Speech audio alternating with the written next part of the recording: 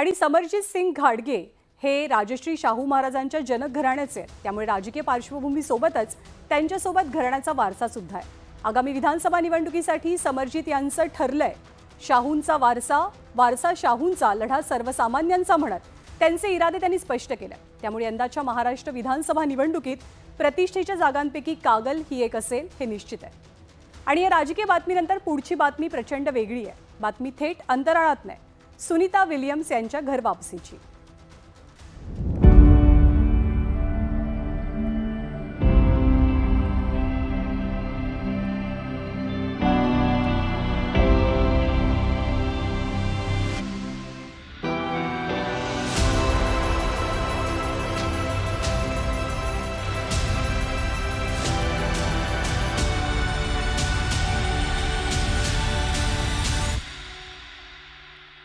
आज 23 ऑगस्ट, पहिला राष्ट्रीय अंतराळ दिवस।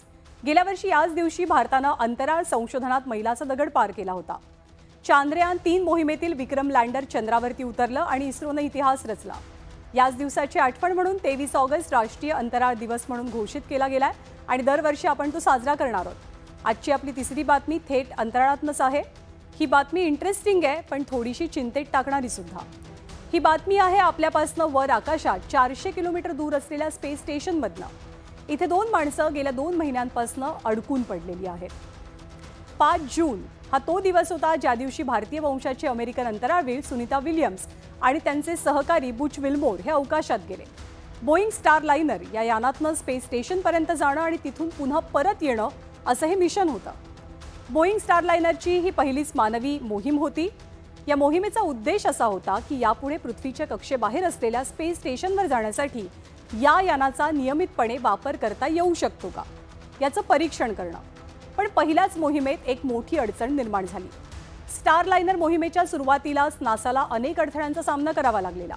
अनेक वेळेला उड्डाण पुढेही ढकललं गेलं, पण अखेर 5 जूनला स्टार लाइनर आकाशात झेपावलं आणि दोनही अंतराळवीर स्पेस स्टेशनवरती पोहोचले। पण या प्रवासात यानामधला एक बिघाडही समोर आला।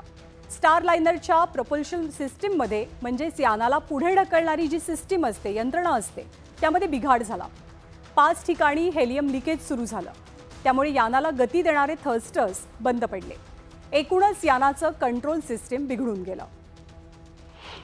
बुच विल्मोर आणि सुनीता विलियम्स हे बोईंग स्टार लाइनर यानातून बसून इंटरनॅशनल स्पेस स्टेशनला पोहोचले, पण तिथे हिलियम गॅसच्या लिकेजमुळे आणि 28 पैकी 5 थ्रस्टर्सचा प्रॉब्लेम असल्यामुळे बोईंग स्टार लाइनरचा हा कॅप्सूल किंवा यान हे परत त्यांना घेऊन येऊ शकलं नाही।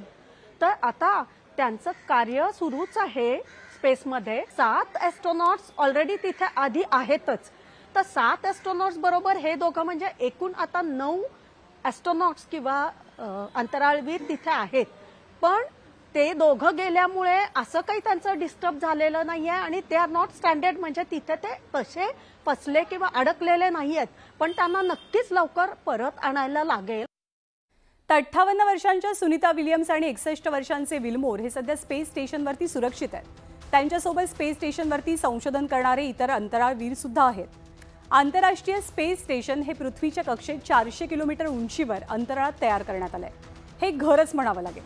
हे स्पेस स्टेशन ताशी 28,000 किलोमीटर इतक्या वेगानं पृथ्वीभोवती फिरत असतं, म्हणजेच 90 मिनिटात 1.5 तासात त्याची पृथ्वीभोवती एक प्रदक्षिणा पूर्ण होते। इथे काही अंतराळवीराच्या टीम्स नियमितपणे संशोधनाचं काम करतात। स्पेस स्टेशन ही एक प्रकारची वैज्ञानिक प्रयोगशाळाच म्हणावी लागेल। अंतराळामध्ये राहणं, तिथे काम करणं, भविष्यामध्ये लांब अंतरावरच्या मोहिमा आखण्याच्या दृष्टीनं इथे नासाचे अंतराळवीर संशोधन करत असतात। तर या स्पेस स्टेशनवरती ये-जा करण्यासाठी स्टार लाइनर स्पेसक्राफ्टचा वापर नियमितपणे डेली बेसिसवरती होऊ शकतो का याची चाचणी करण्यासाठी सुनीता आणि विल्मोर स्पेस स्टेशनवरती पोहोचले। पण आता ते 2 महिन्यांपासून तिथेच अडकून पडलेत, त्यामुळे ते पृथ्वीवरती कधी परत येणार, इतका वेळ स्पेसमध्ये राहिल्यामुळे त्यांना काही धोका निर्माण झालाय का, या संदर्भात अवघ्या जगभरात चर्चा सुरू झाली आहे। स्पेसमध्ये असताना कॅल्शियम कमी होतं किंवा डिप्लीट होतं, त्यांच्या मेटाबॉलिझम म्हणजे रोजचे जे हे शरीराचे भाग असतात म्हणजे ब्लड सर्क्युलेशन, भूक लागणं आणि डायजेशन आणि इतर काही गोष्टी, तर याचा नक्कीच झिरो ग्रॅव्हिटी आणि स्पेसमध्ये राहिल्यानंतर शरीरावर परिणाम होतोच.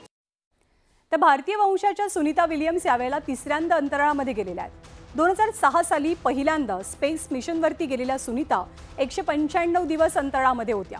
त्यानंतर 2012 साली त्या 127 दिवस स्पेस स्टेशनवरती राहिल्यात. या 2 मिशनमध्ये त्यांनी 322 दिवस अंतराळामध्ये घालवले होते. अंतराळामध्ये सर्वाधिक वेळ राहण्याचा रेकॉर्ड हा सुनीता विलियम्स यांच्या नावावरती आहे. याशिवाय त्यांनी 50 तास यानाच्या बाहेर स्पेस वॉक सुद्धा केलेला आहे. पण पृथ्वीप्रमाणे अंतराळात राहणं तितकंसं सोपं नाही किंवा अजिबातच सोपं नाहीये. कारण अंतराळामध्ये गुरुत्वाकर्षण 0 असतं. त्यामुळे त्याचा आपल्या मानवी शरीरावरती खूप मोठा परिणाम होतो, खास करून आपल्या स्नायूंवरती आणि मेंदूंवरती.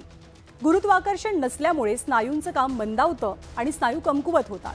तर आपल्या हाडांची घनता सुद्धा कमी होते, हाडं ठिसूळ बनू लागतात. ब्लड सर्क्युलेशन प्रक्रियेमध्ये सुद्धा बिघाड होतो, त्यामुळे मेंदूवरती ताण येतो. डोळ्यांवरती सुद्धा काही प्रमाणात याचा परिणाम होण्याचा अंदाज असतो. स्पेस स्टेशनवरती पोहोचताच अवघ्या 2 आठवड्यात हे परिणाम दिसू लागतात. मग जर दीर्घकाळ इथे राहायचं असेल तर शरीराला त्याप्रमाणे मेंटेन ठेवणं सुद्धा अंतराळवीरांसाठी खूप गरजेचं असतं, महत्त्वाचं असतं. इथे एक छोटा व्हिडिओ आता मी तुम्हाला दाखवणार आहे. ज्या व्हिडिओमध्ये सुनीता विलियम्स स्पेस स्टेशनमधलं त्यांचं डेली रुटीन कसं असतं ते त्यांनी दाखवलंय. हा व्हिडिओ आपण पाहूया. People always ask about sleeping in space. Do you lie down? Are you in a bed? Not really, because it doesn't matter. You don't really have the sensation of lying down. Well, here is the bathroom, essentially. You get up in the morning, and we have a little kit, and it has all the essential things that you need, like your toothbrush and toothpaste and brush. See? Number 2, right here, and this guy right here is for number 1. So they're sort of 2 slightly separate functions, but you can do a little, essentially both, by hanging on right here and doing number 1 and number 2. And this is our kitchen. You might notice there's all sorts of foods here. It's like opening the refrigerator. You got all your different stuff that you want to have, drinks. तर अंतराळामध्ये राहणं वाटतं तितकं सोपं अजिबातच नाहीये. त्यामुळे नासानं आता 2 महिने अंतराळात अडकून पडलेल्या सुनीता आणि विल्मोर यांना पृथ्वीवरती परत आणण्यासाठी वेगानं हालचाली सुरू केल्या. पण या सगळ्या दरम्यान खूप मोठा काळ जाण्याची शक्यता आहे. मिळालेल्या माहितीनुसार कदाचित हे दोघे पुन्हा पृथ्वीवरती येण्यासाठी पुढच्या वर्षाचा फेब्रुवारी महिना सुद्धा उजाडू शकतो. त्यामुळे 8 दिवसांचं हे मिशन 8 महिन्यांवरती सुद्धा जाऊ शकतं. आपल्याला वाट बघून म्हणजे त्यांचे अपडेट्स आल्यानंतर कळेल. Will have to wait and watch की नक्की आता काय होणार आहे. आणि स्पेसएक्सचा फॅल्कॉन जो स्पेसक्राफ्ट आहे इलॉन मस्कच्या कंपनीचा, तो पाठवून आता नासा विचार करतेय का की या 2 ॲस्ट्रॉनॉट्सना परत आणायचं. तर हा परतीचा प्रवास जो आहे त्याचा अजून काहीच ठरलेलं नाहीये, पण नक्कीच त्यांना चॅलेंजेस आहेत.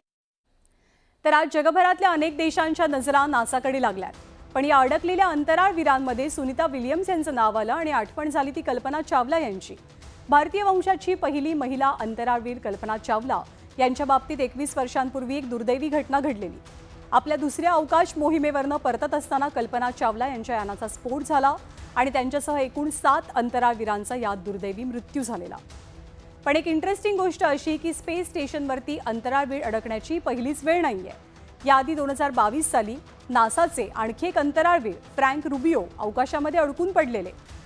सुयोज MS 2020-22 अवकाश यानातनं ते सप्टेंबर 2022 मध्ये अंतराळात झेपावले.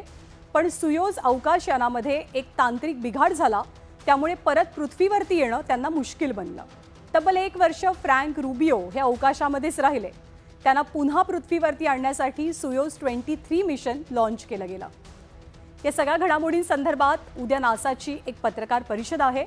यामध्ये नासा सुनीता आणि विल्मोर या दोघांना सुद्धा पृथ्वीवरती परत आणण्याची योजना काय याची माहिती देणार आहे.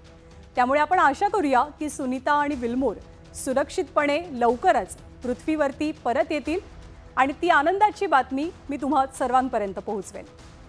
आणि यानंतर आजच्या बुलेटिनमध्ये वेळ झालेली आहे इथेच थांबण्याची. बुलेटिन तुम्हाला कसं वाटलं आम्हाला नक्की कळवा. आज दिवसभरासाठी मी आपला निरोप घेते. धन्यवाद. Good night.